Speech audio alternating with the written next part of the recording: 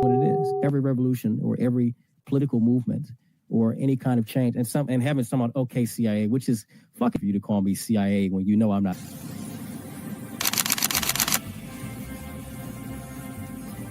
Everything was politicized. It was, oh, this is when we became the left versus the right. But both sides are trash. In COVID,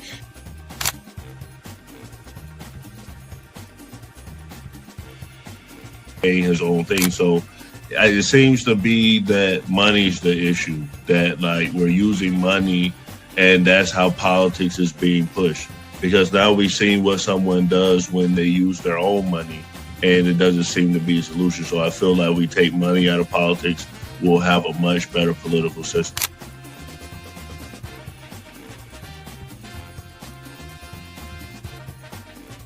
Politician, you think they're gonna come out and tell me the truth? They was lying to my mama. They ain't gonna never tell us.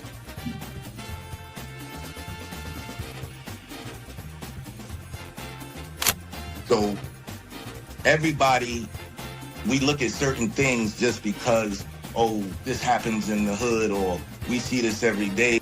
All the way up. These people were speaking truth. King, we could talk X, we could talk it all. They were speaking truth.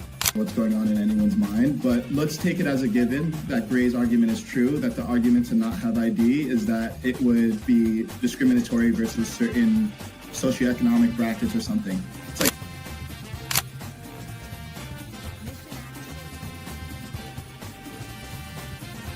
the world's greatest trial run of what people will do and what people won't do. And we are the only country on the planet that really fought against the government. A lot of it,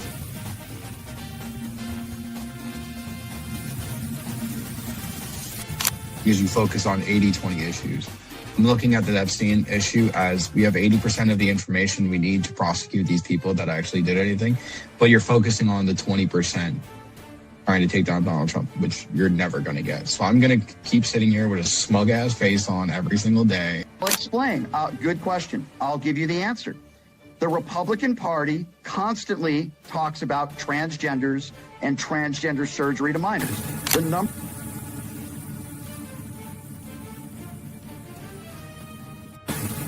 I'm mostly on the left, ideologically, but I don't associate with the Democrats because they're not ideologically on the left. The Democrats are clowns, and they're also losers.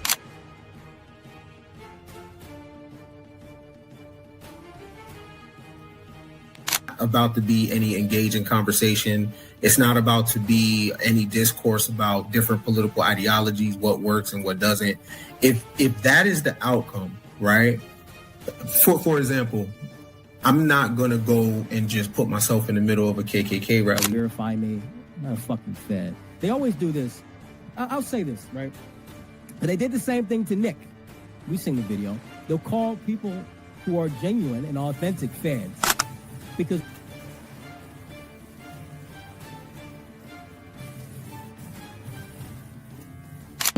the interesting thing to me is that the ones that claim that they believe the Constitution are now trampling the Constitution. The ones that said they believed in the First Amendment, the freedom of speech, right, are now going against the freedom of speech. The ones that...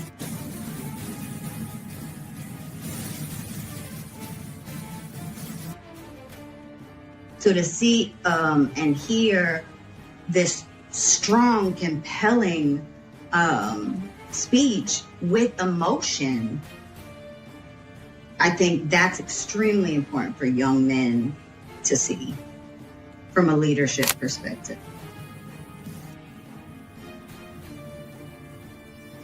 They don't have no plan. They don't ever talk about nothing positive about the Democrat Party. Everything is just anti-Trump. They're not willing to have a conversation. They call us fascists. We willing to have a conversation. Charlie Kirk's willing to have a conversation. Congratulations, Mr. Mayor. Thank you, Mr. President. Thank you. I appreciate it. Overnight, lavishing praise on New York City's mayor-elect Zohran Mamdani after months of trading attacks and insults. I think you're going to have hopefully a really great mayor, The better he does, the happier I am. Just weeks ago, Trump had warned the 34-year-old Democratic socialist would destroy the city.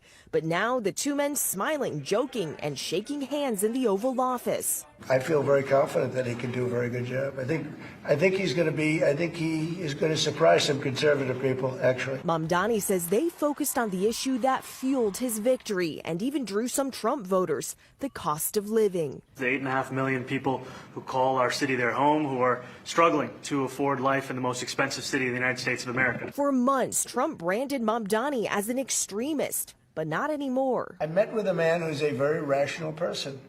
I met with a man who really wants to see New York be great again. Reporters pressing Mamdani on calling Trump a fascist, but in a stunning moment, the president jumping in to help. Are you affirming that you think President Trump is a fascist? I've spoken about... That's okay, you can just say okay. Yes. Okay. It's easier. It's easier than explaining it. I don't mind. And the billionaire president asked if he'd be comfortable living in New York under Mamdani. Yeah, I would. I really would. Especially after the meeting. Absolutely. What makes you comfortable? We agree on a lot more than I would have thought. But guys, the big question is this: do these warm feelings last? Because remember, it was just weeks ago when the president was threatening to withhold federal funding and to send federal troops into New York City if Mamdani won the election. And that meeting yesterday focused more on issues of shared concern like affordability, not their deep differences around crime and immigration. But no question, that was a shocking scene, and Trump making it clear he not only respects but even admires Mamdani's political success, Rachel.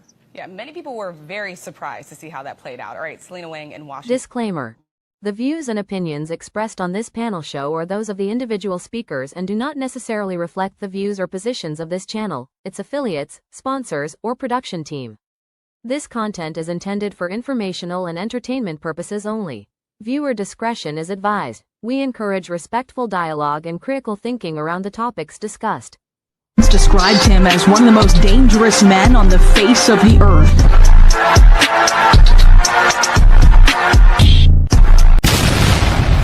Welcome to the Man Cave. Welcome to the Man Cave. I'm Gray Mars. It's Mia. Heaven.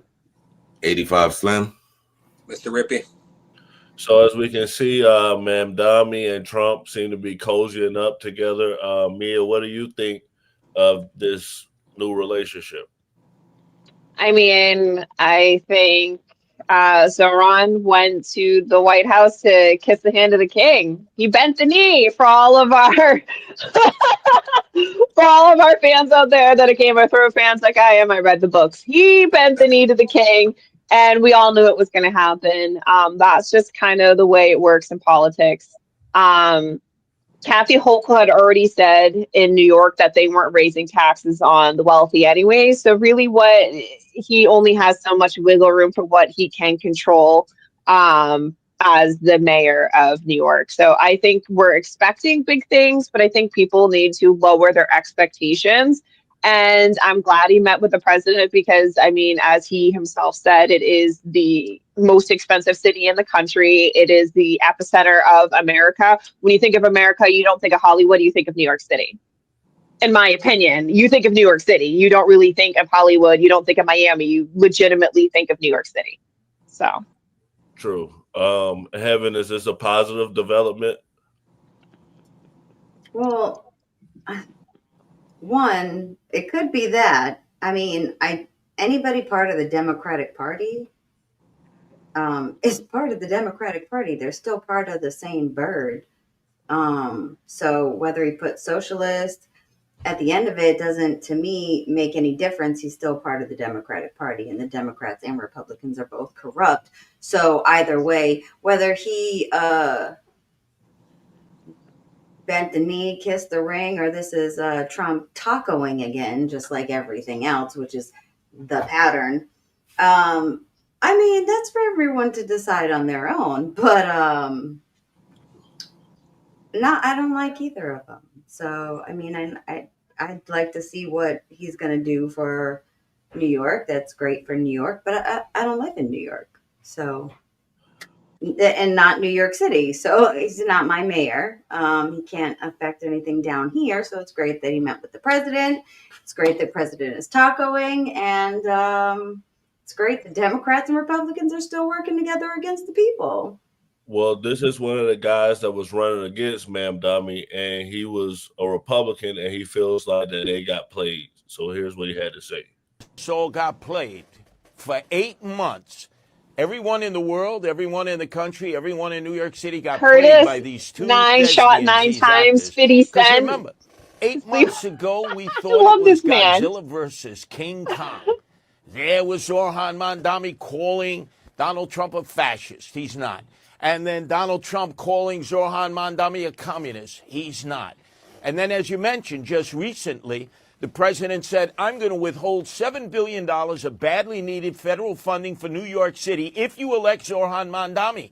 And then Zohran Mamdani, on the night of his victory, turns and looks into the television and says, Donald Trump, if you're listening, turn up the volume. So they're like antagonizing their followers. And then all of a sudden today, we're expected to believe kumbaya. Everything is fine. Everything moves normally. No. I don't get played. I feel that I, like the American people, were turned into suckers to all of a sudden start adversarially wanting to go at one another when, in fact, we can see the reaction today, which is, oh, you're going to be building.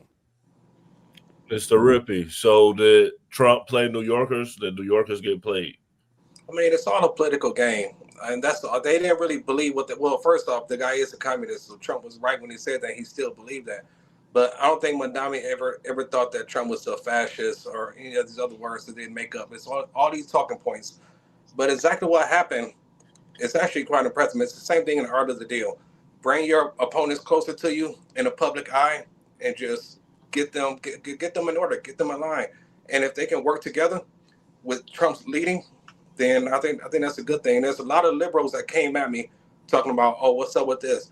Trump actually standing down with this guy standing down with your boy. That's terrible. But y'all are the same people that said we need to unite and come together. Now when they want to come together and unite, it's still a problem. It's just silly. I think I'm like he came to the White House, kissed the ring, and he gonna do what Trump told him to do. Slim, you are a New Yorker. How do you feel about this? I mean, Trump, like Mr. Rippey said, the art of the deal, you normally agree with everything Trump says. So how do you feel? Yo, man, this is a classic case of if you can't beat them, you better join them. Trump is the definition of that shit. I don't know why people are surprised. The bottom line is the dude is a prick. He's an asshole. He's a fucking communist. The reality is he got to play ball. Period. I don't care how you look at it. And that's what the information behind closed doors is probably what's been said. So the question is Mamdani the new leader of the Democratic Party? And this is what Trump had to say. True leader of the Democrat Party. And do you think Leader Schumer is a leader, Jeffrey, how to follow his lead? Well, look, I hope they have great leaders. This is a man that right now I think is focused on New York City. I really think he has a chance to do a great job. We're going to help him, but I really think he has a chance to do a great job. But I'll let you answer that. You consider yourself the leader of the Democrats? I think it's more appropriate for him. I consider myself the next mayor of New York City, and I keep my horizons firmly on New York City, and I appreciate the meeting with the president, which focused again on the 5 boroughs and whether New Yorkers could afford to live there. By the way, being the mayor of New York City is a big deal. I always said, one of the things I would love to be someday is the mayor of New York City. Being the mayor of New York, and especially now, because I think you're at really a turning point, one way or the other. You can go great, or it can go in a different way. Man, they're best friends now. I think you really have a chance to make it great. Well, me in that video, he said turning point. You said Nick Fuentes was going to be the new leader of Turning Point. So is Mamdani the new leader of the Democratic Party? So I never said Nick Fuentes is going to be the new leader of Turning Point. I said now that Charlie Kirk is dead, that it's going to create the power vacuum and Nick Fuentes that's going to give rise to Nick Fuentes, and it has. So that prophecy came correct. I mean, you guys need to be listening to me in that group chat because I'd be right more than I'd be wrong. Right. So do you feel like Mamdani is the leader of the Democratic Party, the new leader? No, not at all. Not at all. I don't think he wants to be. He's not even posturing or positioning himself to be the new Democratic leader. I mean, we could ask ourselves this question in 2 years. Maybe he has aspirations to be like a senator or potentially start as a congressman. But I think right now he is firmly he wants to be mayor first. And I'll probably see how it goes. If it goes good for him, then he'll probably raise himself up to be congressman. It won't go good for him. So that's the question that was asked in front of Trump. If you just hear the intro again to Mamdani. You asked about your comment calling the president a fascist, and your answer was, both President Trump and I have been clear about our positions and our views. Mm-hmm. Are you affirming that you think President Trump is a fascist? I've spoken about. That's okay. You can just say yes. Okay. All right. Okay. Yeah. It's easier. It's easier. So, Mr. Ripper, in your intro clip, you're talking about Trump being called a fascist. Like, so him in that clip basically being like, you don't have to say anything. How do you feel about that? He's taking control of the conversation. He's like, I'm leading this thing. You don't follow my lead, basically. That's where I took it. And Mia, you are 100% right. I just want to go a little bit off topic. No, I've been following Nick Fuentes for the longest, and even when Charlie was alive, I'm like, this guy is he's going to push the America First movement because MAGA took off as the biggest political movement in the history of politics, and now America First is coming up, and I tracked it all. So you're absolutely right on that. But yeah, Trump is leading the conversation. I mean, that's just what business people do. So this is an interview Mamdani did right after him and Trump met.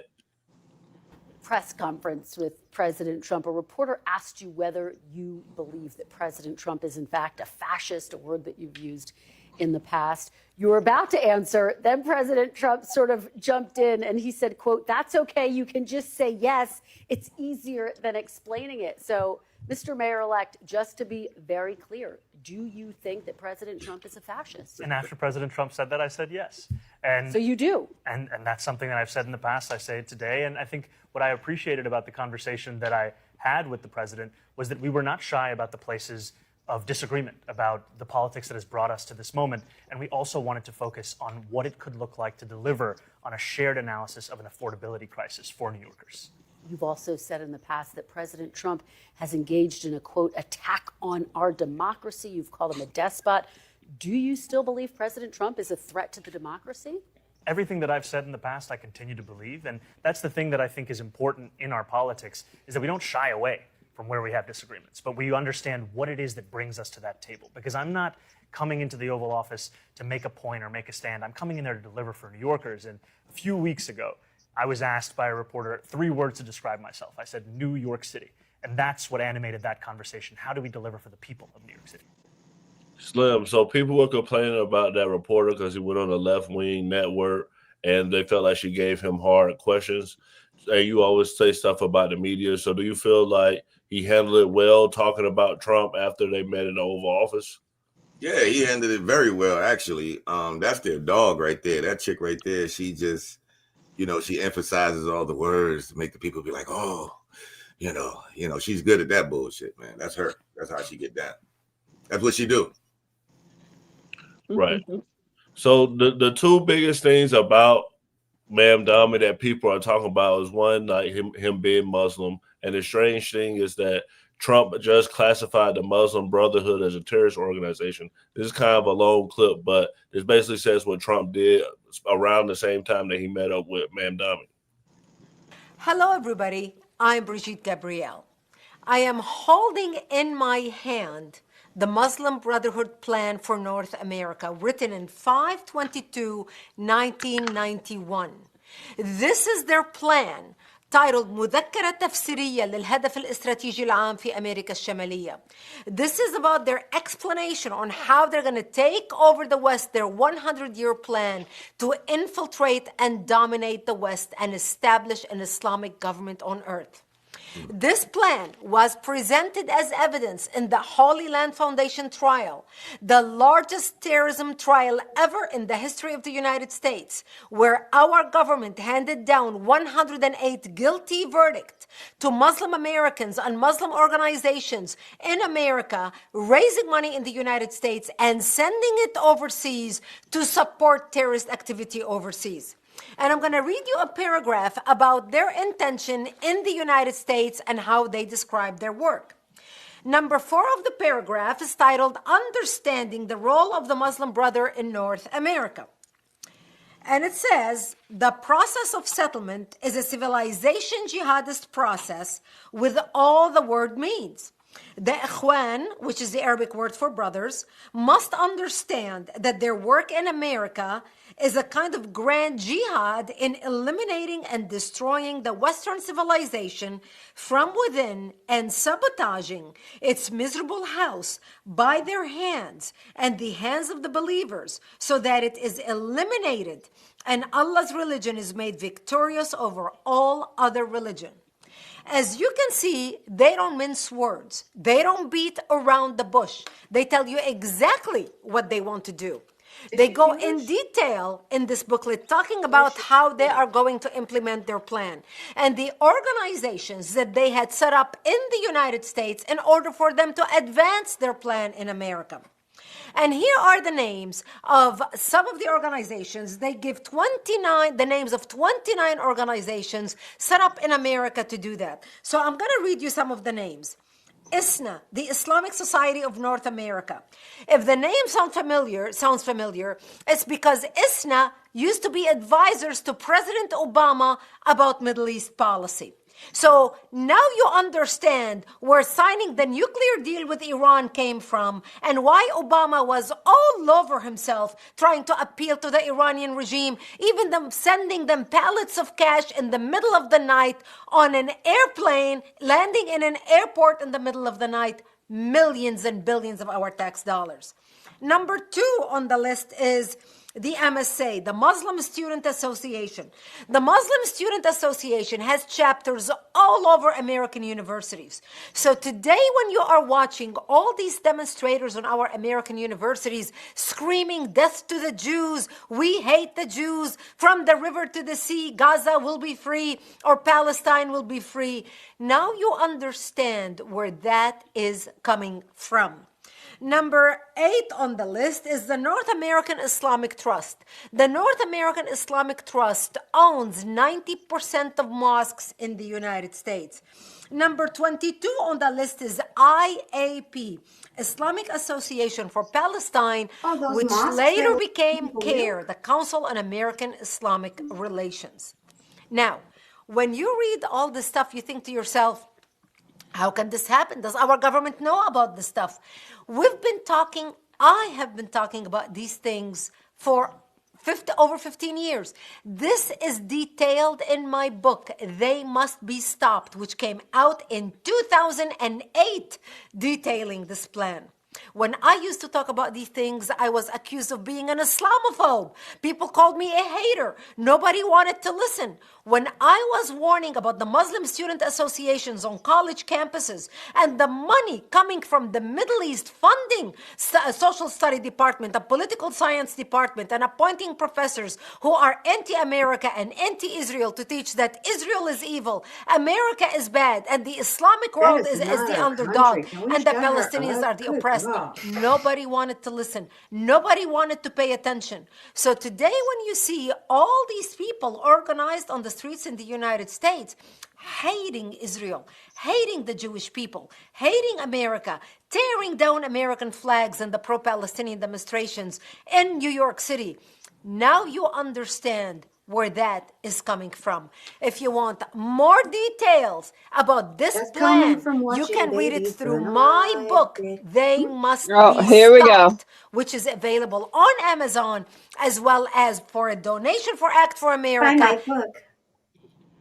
What we say, Heather? Oh, God, I could tell as soon as she started talking that it was Israel propaganda. And I said, that's not our country, Israel. Like, let's worry about America. Great. But, we all know at this point how much money AIPAC gives our Congress. We all know already how Epstein was tied to Israel as a Mossad agent. Like we've all been watching them burn people alive and bomb children for 2.5 fucking years now. Let's protect Israel. No, how about we stop sending billions of our tax dollars to Israel? So maybe, I don't know, we could pay for healthcare here. Maybe, I don't know, we could pay for education here. It's bullshit. I said, can we shut her the fuck up? Because she wasn't speaking for any goddamn American. She was speaking for Israel. Well, the other thing that people talk about with Mamdani is the fact that he's a socialist. Trump loving Mamdani thing seems so bizarre, so I've been thinking about it a lot. And the number one thing Republicans want to do is destroy the Democratic Party. And what's the biggest threat to the Democratic Party? Socialism. After the race in New York, they realized how fucking powerless they are. No matter how much money they throw at an election, they cannot beat democratic socialism. It's what the people want. Even a lot of conservatives in New York voted for Mamdani. Aligning with Mamdani is the move right now. I bet you Trump's team told him to be nice to him. But also when you look at like his expression, he's never that fucking happy. It looked very genuine. So I think there's also the aspect of Trump is so dumb and narcissistic that he's gonna love bomb and fawn over that man, because if there's one thing he could never do, it's be the mayor of New York. And if there's one city that man loves, it's New York. And the one place where he is not loved is New York. He would love to be in Mamdani's shoes. And with his low public approval rating right now, he needs to align himself with that man as hard as he fucking can. He wants to be Mamdani.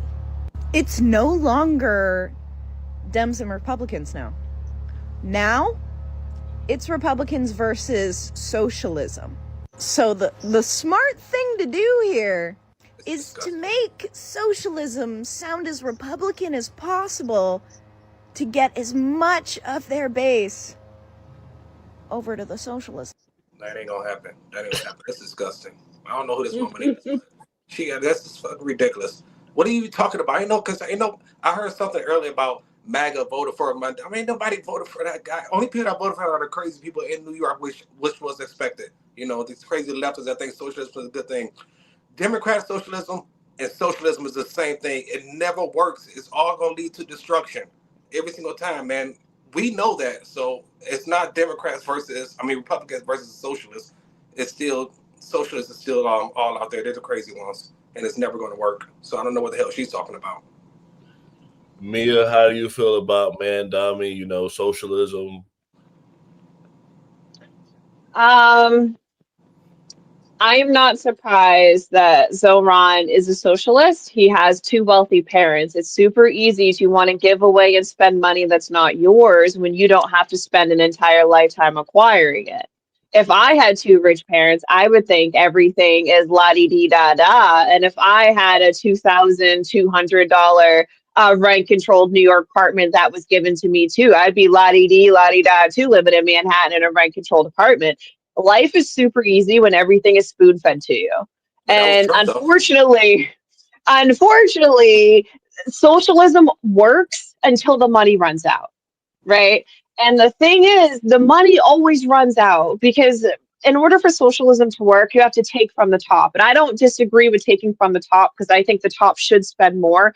However, in this country, we're like gambling addicts. We spend. We have a spending problem. We don't have a money problem. We got plenty of money. We never spend the money effectively. So it doesn't make sense to take more money and give to people that have a spending problem. They're going to misappropriate the funds and spend them inadequately, and we'll still be in the same spot. So no matter how much money we throw at a problem, and we see this, there's never been a problem in the United States that's been solved by money. Poverty, we tried. Homelessness, we tried. Drugs, we tried. Families, we tried. Education, we tried. From nothing in this country that we have done, that we have poured billions of dollars into, has effectively changed.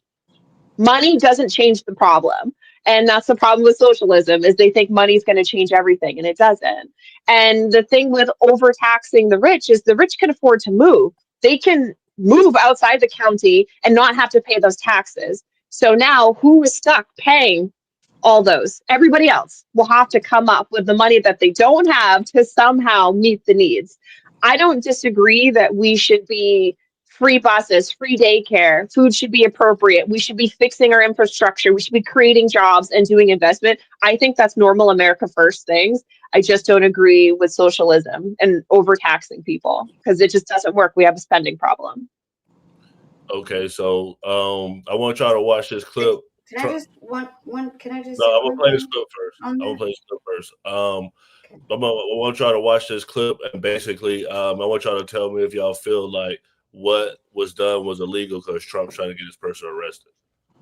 Senator Alyssa Slotkin. Senator Mark Kelly. Representative Chris DeLuzio. Congresswoman Maggie Goodlander. Representative Chrissy Houlihan. Congressman Jason Crow. I was a captain in the United States Navy. Former CIA officer. Former Navy. Former paratrooper and Army Ranger. Former intelligence officer. Former Air Force. We want to speak directly to members of the military and the intelligence community who take risks each day to keep Americans safe. We know you are under enormous stress and pressure right now. Americans trust their military. But that trust is at risk. This administration is pitting our uniformed military and intelligence community professionals against American citizens. Like us. You all swore an oath to protect and defend this Constitution. Right now, the threats to our Constitution aren't just coming from abroad, but from right here at home. Our laws are clear. You can refuse illegal orders.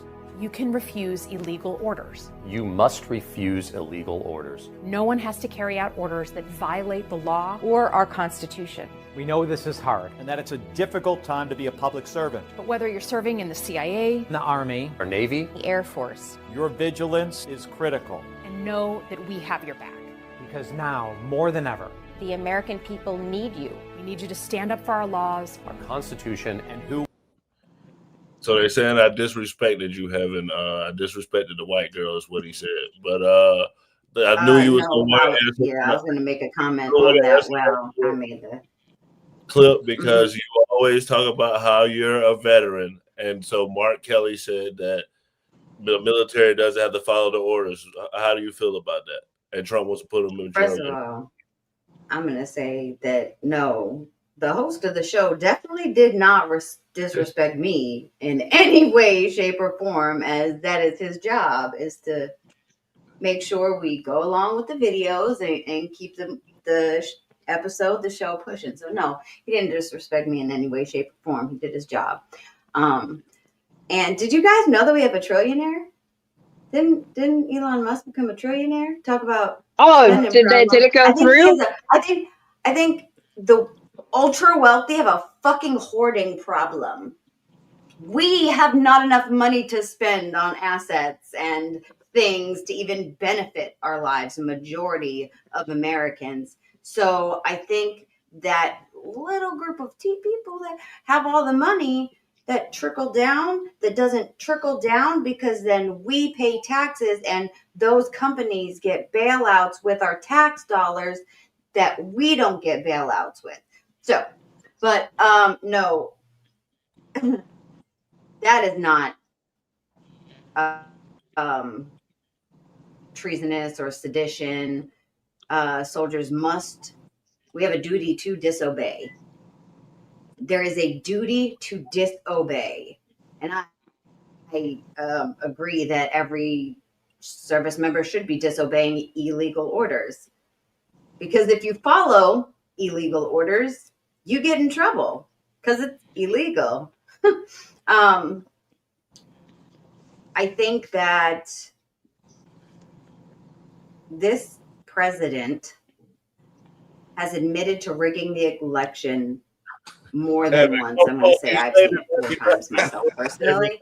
No, because that makes this an illegitimate administration. So I don't understand how someone that knows he rigged the election, admitted to it, that is sedition, that actually is treason, can sit here and look at these other representatives who are veterans, who have served, and say that's seditious because no, sir, you and Elon Musk, Doge stealing all our data and dipping out.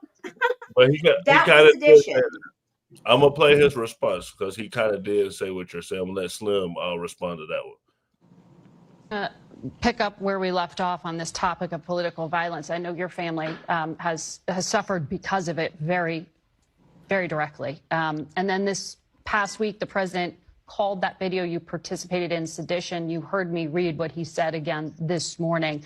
Sedition at the highest level and a major crime.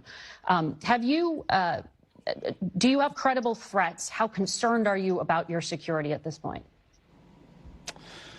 Well, Margaret, what the president said is very serious. I didn't think he would step over that line, calling for the execution of members of Congress. And his words carry tremendous weight, more so than anybody else in the country, and he should be aware of that.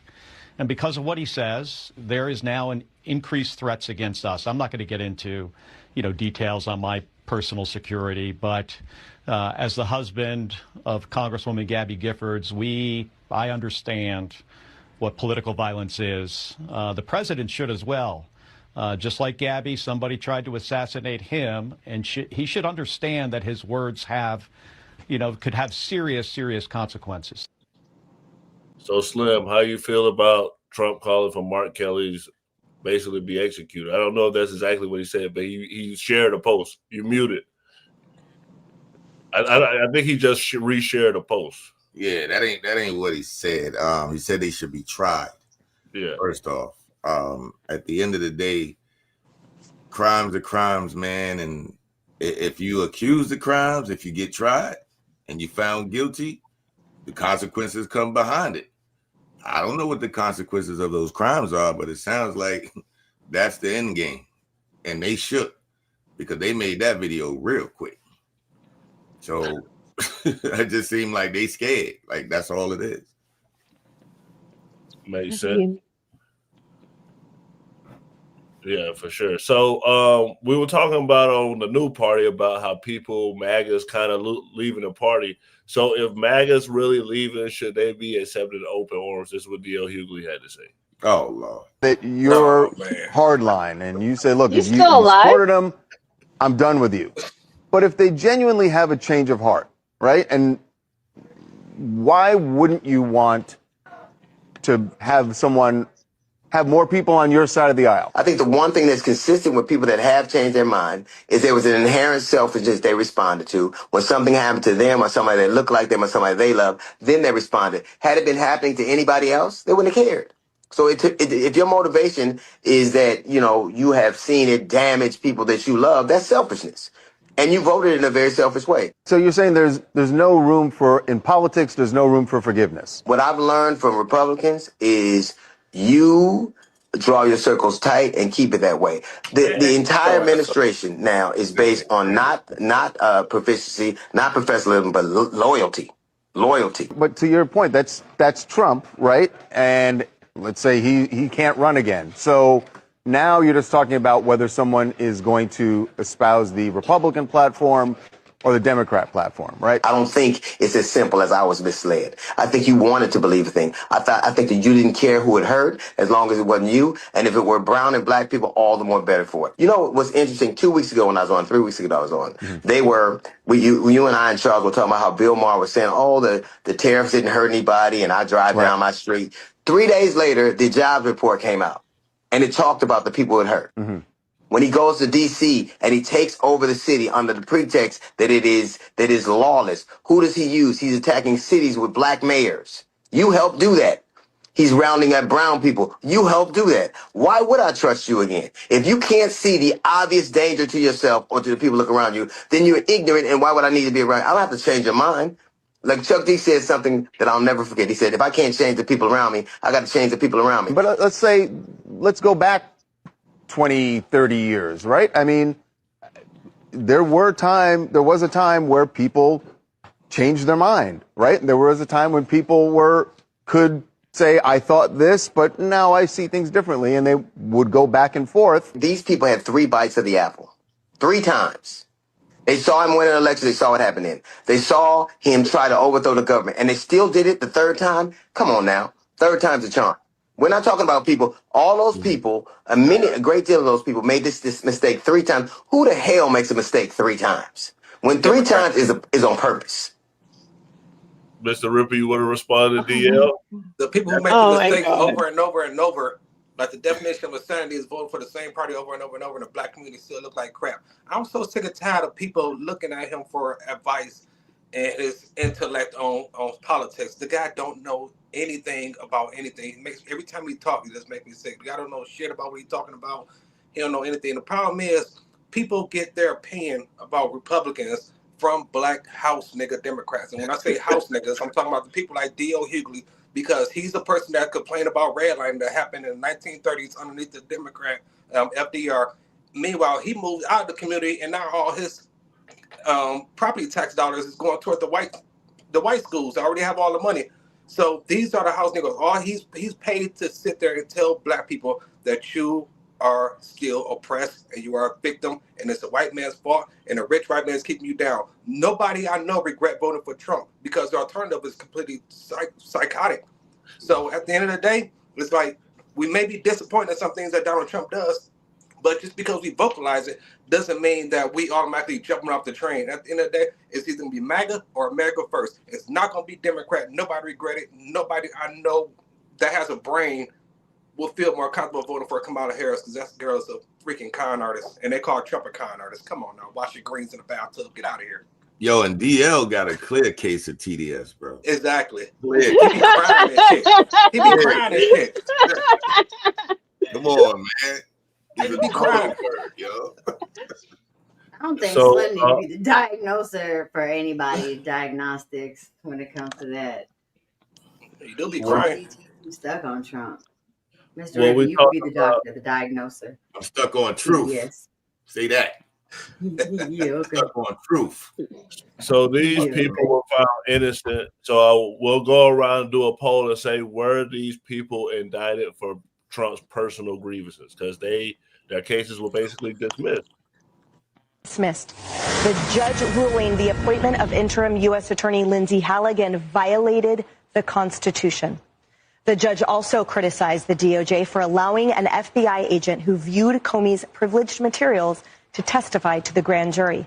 Now, the judge also tossed the case against Letitia James. Donna, we are just getting this on the wire. Talk to us about your top line thoughts in this moment. Well, frankly, I'm not really surprised about the appointment of the Attorney General on that situation. I did think that was going to be an issue, and I did think from the very beginning that Comey was going to have a valid legal argument. And what's interesting about the decision is it doesn't go to whether or not crimes are actually committed. It just goes to the way in which the prosecutor was appointed. So I'm not surprised legally when it comes to that issue. Right. Do we foresee at all then an appeal or a different than prosecution, a second bite of the apple then with procedural things intact? I would just, I mean, yes, it's a 29-page opinion. I was just reading through it. So sorry if I look distracted during our segment. It doesn't get to the claim of malicious prosecution that Jim Comey was making. So this is solely the appointments clause, and that's why you have both cases dismissed against both individuals. Right. And it is kind of interesting, though, because obviously that's kind of a fluke side ruling, not on the merits of the case. But it is kind of interesting how all of these fluke side rulings always tend to seem to go in the same direction. Yeah, that's right. Yeah. I want to give you an opportunity also if you want to go back, because it was so important. Oh, well, I just wanted to say, going back to this poor mom who's... Mia, were Letitia James and James Comey targeted because they went after Trump previously because their cases got dismissed? Yeah, they were absolutely targeted, man. I mean, and the Democrats have already admitted on national television that this was all part of their plan, that they were going to hammer them in the court system, that they were going to do everything they absolutely can. They literally admitted it on prime time. Millions of people watched it. So, I mean, if you're going to, you're going to lie with dogs to catch fleas. I mean, you can't punch me in the face and expect me not to punch you back. Like, they threw the first punch. And now Donald Trump is just punching back at this point in time. Like, it kind of is what it is. I will say this is a clear-cut case of pretty privilege, because that bitch was just pretty. She weren't even that smart. She should have never been in that position. Like them appointing her. I mean, that's what you get when you're supporting somebody because they're pretty at this point in time. Because had they been a real lawyer doing real shit, they would not have missed that 120 days, and it would have been smooth. This is what happens. Donald Trump likes the pretty girls, and this is what we get. But it was dismissed, and they can refile, so it's not like they can't refile. But still, this is what you get when you appoint somebody because they're pretty. People don't pay attention. We learned that with the Secret Service and Obama. When those guys, Secret Service, left the girl just like took off and left the door wide open, and people just like hopped in the White House. Right. All again because of a pretty girl. You'd think they'd learn. Well, we talked up last week about Mike Epps, and he said something about the SNAP EBT benefits that was real controversial. So he offended a lot of people again when he said this about people going to prison. The wrong journeys to celebrate, young men. There's no reward for coming home after 30 years. You don't get no fucking care package. You are a failure. Get your ass out here and help these kids. Pay that back forward. You see what I'm saying? That's the reward. I got niggas all the time come straight home. If I don't do what they want me to do for them, I'm a sellout. I'm a suck ass. Right. I done did the whole bit with them. I done been to Walmart 100 times, Jay paying and meeting guards, doing all kind of shit I ain't supposed to be doing, fucking with you. But as soon as you say no one time, they done forgot about the other 99 times you said yes. So Slim, is he right? 100%. I go through that shit myself. Don't matter, how much you help somebody, they only remember when you don't.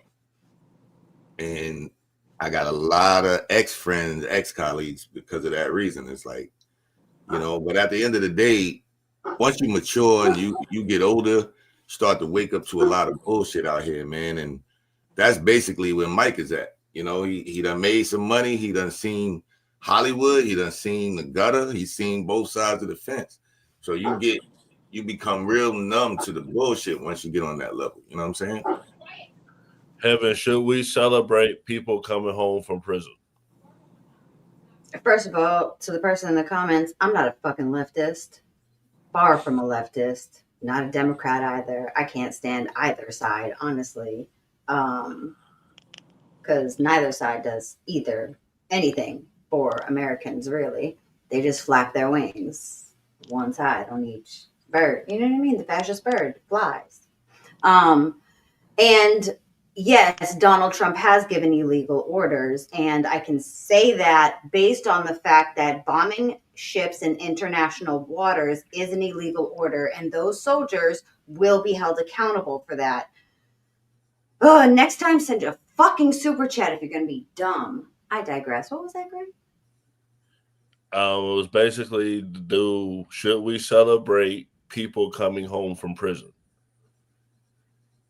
So goes and does a long sentence. A lot of people praise that person, get a person money.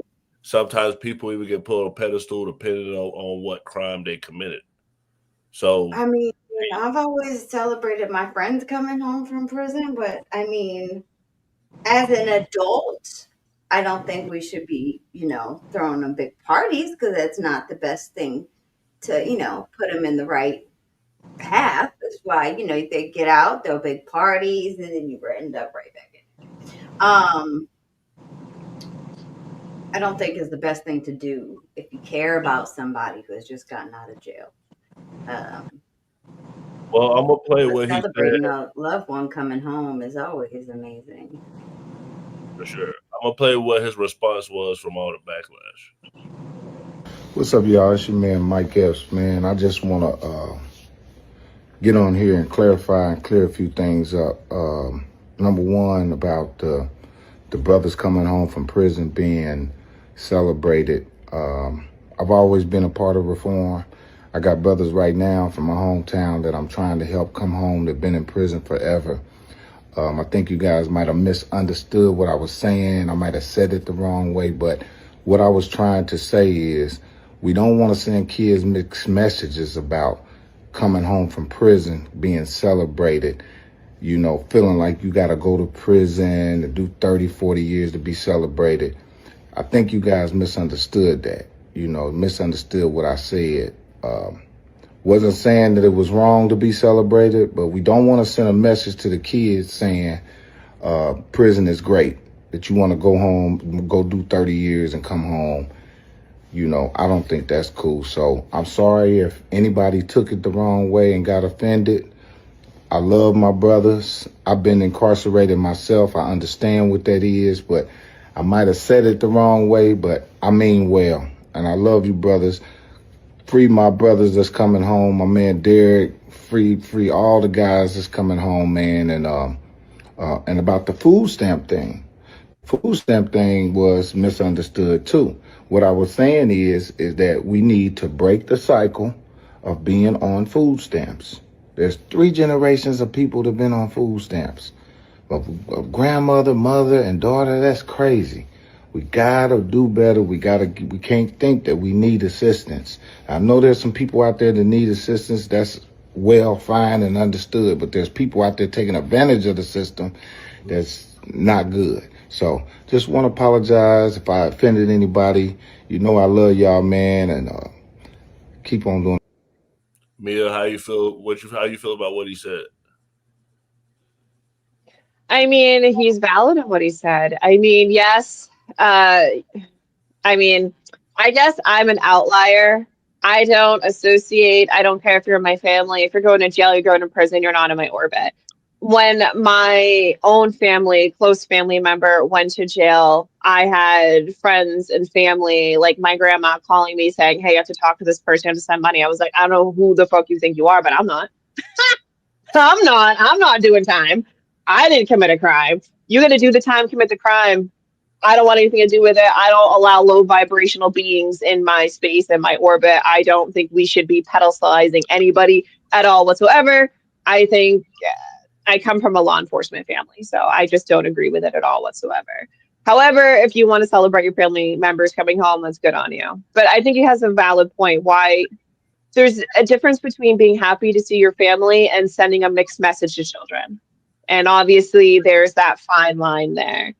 And I don't see what he said about food stamps as a problem. There are generational curses that need to be broken. And within those families, they need to try to break those generational curses. And unfortunately, in our community, the poverty rate for married Black American couples is only 6.5%. That's it. 6.5% among Black married couples in the United States. That's it. But among Black single mothers, it's 31%. So it stands to reason that the easiest way to break generational curses is to push whole intact families and two incomes and asset acquiring to break this generational cycle. But until we have those honest conversations, we're going to continue to have more generations on food stamps because it's easier to propagate food stamps than it is to say, hey, we're not putting families first. That's what Asians do so remarkably well. They utilize barely any government assistance. They have like a marriage rate of like 99%. I mean, they have a college graduate, they have the highest college graduation rate, the highest intact family graduation rate, the lowest divorce rate, because they prop up family values. And it stands to reason that we should probably model our community more after them. And it would honestly fix every problem within our own community if we did. For sure. So that you brought up a good point. So this guy, Joel Santana, he gives some advice on fixing generational curses, and I want to get y'all response on this. We gotta start teaching our kids though, just financial wealth and literacy and all that shit early, because by the time they get to 9th grade, they should be just learning how to start businesses and how to. But they don't really need to know how to read. Wait, stop. I ain't gonna say that. I say that respectfully. I'm not saying that in a way to be literate, because you're not supposed to be illiterate, but you can. What's more point, reading or math? Math. Told you. Math. I think you could listen to a book on YouTube. You can still obtain the information. You don't have to know how to read. That's not reading and understanding. I believe common sense is better than everything. I'm a common sense nigga. I'd rather have zero book smarts and common sense, be able to read the room, be able to read life, be able to read people. I try to understand people, understand, you know what I'm saying? Like, nowadays, you can listen to a book. I just listen to the 48 Laws of Power, not to. You gotta could read listen, your contract, Els. You don't have to you can listen understand it, to though, that with a too. book. They got apps you could put in. Slim, you're the only one that did seem shocked. How do you feel about what Joel said? Man, he a product of that dumb shit. I mean, that's just what it is. This is where we are, bro. Like, reading is everything. Reading is like going to the gym, working out your body. That's basically the muscle in your head. You know, when you put your mind to things like that and you get more knowledge, listening is one thing, but reading is more understanding, more clarification. So I think that's probably the most dumbest clip in the wild. To be with you. He's telling on himself. He can't read it. He just don't want to admit it out loud. So he's finding every excuse to why you don't need to read. I love it. He's just telling on himself. Yeah, and he never listened to 48 Laws of Power. I guarantee he never listened to that book before. 100%. That's a book that you read. You ain't listening to 48 Laws. Man, get out of here. Yeah, he just heard of that book and threw it out there. Yeah. But he was a good rapper. He realized that like you could read, and once you know how to read, you could learn how to do math because you know how to read. So you can read the book that teaches you how to do math. Reading is more important. Well, half of mathematics is reading. Every single mathematical equation can be written down. Literally, 6 is SIX. I mean, you can literally write math can be verbatim translated into every language out there that we have, legitimately. So half of mathematics is reading. Like, if you cannot read, you're not going to be able to do math. Because it starts out in paragraphs, getting you to understand the context, to comprehend it in order to do the problem. So if you can't read, you can't math. I always complain about the letters in math too. You know, X equals this, Y times Y. What's the other one? What's the parentheses one? I don't remember. But if you watch it, PEMDAS, parentheses. What is it? Mathematics, decimals. Adding, subtraction, PEMDAS. Thank you. Yeah. You're welcome. But if you're watching right now, hit that subscribe button and press that notification to know when we go live.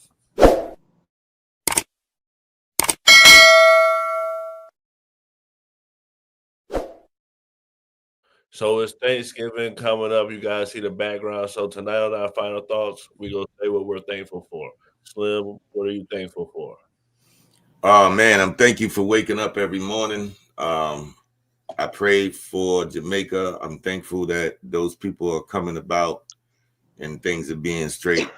And I'm thankful for the man cave, man. 100. Most definitely. Mia, what are you thankful for?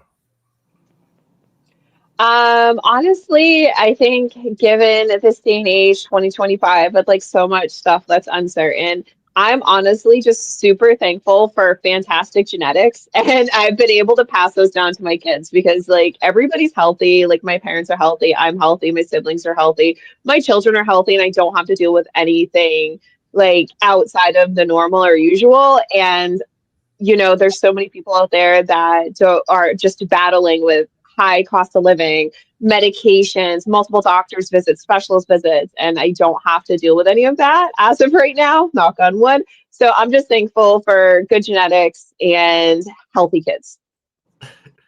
Mr. Rippey, what are you thankful for? I'm thankful that God actually opened up my eyes, coming from a former atheist, like a hardcore atheist. God opened my eyes, and now I'm starting to see things from different perspectives, and I'm teaching, and I'm guiding a lot of youth out there too. So I'm just thankful that, you know, God opened my eyes, let me see the light. For sure. Heaven, what are you thankful for? And also thankful for the man cave, of course. Oh yeah, for sure. For sure. Definitely. Oh, what am I thankful for? There's so much to be thankful for. I try to focus on gratitude often as I can. So when it comes to Thanksgiving, I'm already used to practicing gratitude for so many things. I'm grateful for the man cave. I'm grateful for our supporters and the chat, all of you guys, even the mean ones. I'm thankful for the people of America. Because even though all of this is going on, we are still able to laugh at each other occasionally. We're still able to come together. Maybe not as much as we used to, but hopefully that'll change. Yeah, I'm grateful for the good people in the world. For sure. I'm thankful for all of you guys on the cast. Thankful for everyone in the chat. Thankful that we're able to come together and have these discussions, and people can continue to talk about it. And even though the conversations can be rough, I'll be back here tomorrow hosting again. We'll be talking about the Ukraine peace deal. So come back and check back in with us again. And if you don't come back, happy Thanksgiving. Have a great holiday weekend. Man.